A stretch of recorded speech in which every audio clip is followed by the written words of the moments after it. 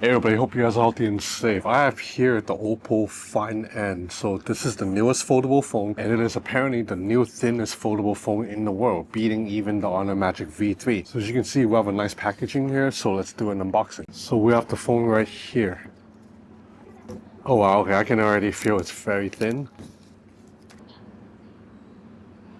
So I believe when it's folded, it measures like under 9mm. Like it legit feels like a normal phone in the hand now. But anyway, let's see what else is in the packaging.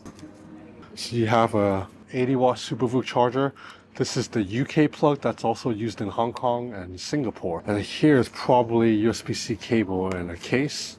Yep, you have cables right here and oh nice, okay. Semi-jetted tool and a pretty nice case. This is not a typical clear jelly case, but it's a vegan leather case. So I think you just snap it on like this. Oh, look at this, is nice. This is the case. So you can see there's a flap here that protects the hinge. It covers the hinge even when it's unfolded. So the whole time the hinge is covered up. Anyway, you guys know the drill. I'm gonna set up the phone, I'm gonna use it for a few days and then I'll be back. Alright guys, so it's been about 3 days since that unboxing segment. Not enough for a full review yet.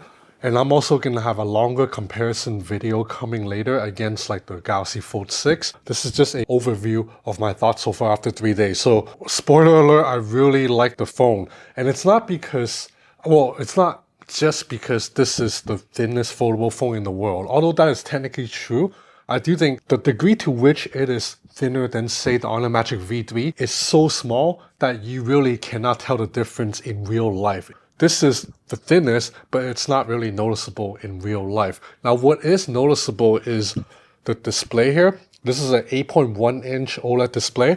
Oppo is saying this is the best, most creaseless screen among all the foldables.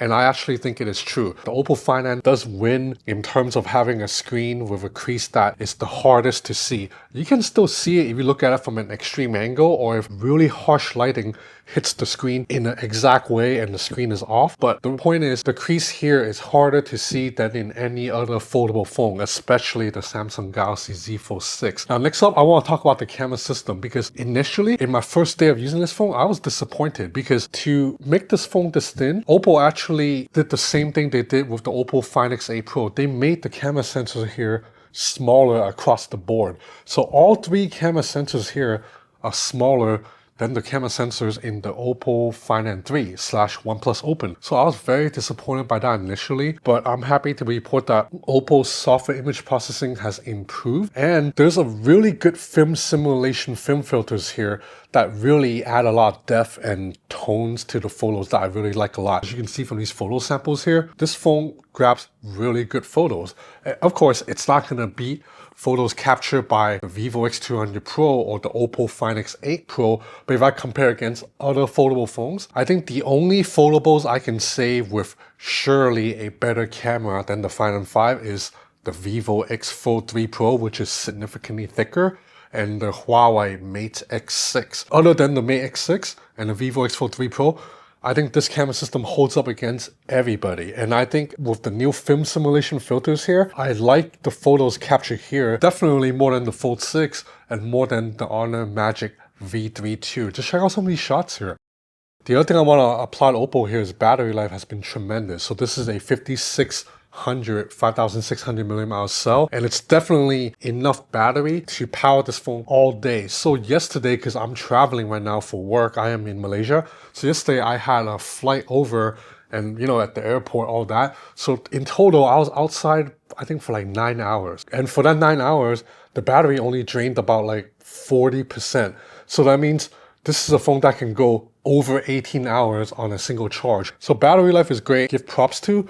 And this is not new because I already praised it last year, is the multitasking system here. So Oppo with the Find N3 last year developed a system called boundless display, and I think OnePlus calls it open canvas. Basically, you can open 3 apps at the same time in a grid, but the grid, it's not locked into a physical space. Instead, Oppo imagines the grid as a virtual grid that expands beyond the screen. And when you jump between the 3 apps, the UI will dynamically zoom into that app that you're using. But all 3 apps are running at the same time. So even if you have a YouTube video or Instagram reel playing on the side and you zoom into another app, that app is still running. So this is true multitasking, but it allows you to quickly jump between 3 apps, and all 3 apps will open in a form that is much bigger than a conventional multitasking grid. Because say on the Fold 6, you can open 3 apps at the same time too, but it's locked into a static grid. So you can resize the grid, but you have to do that every single time. Otherwise,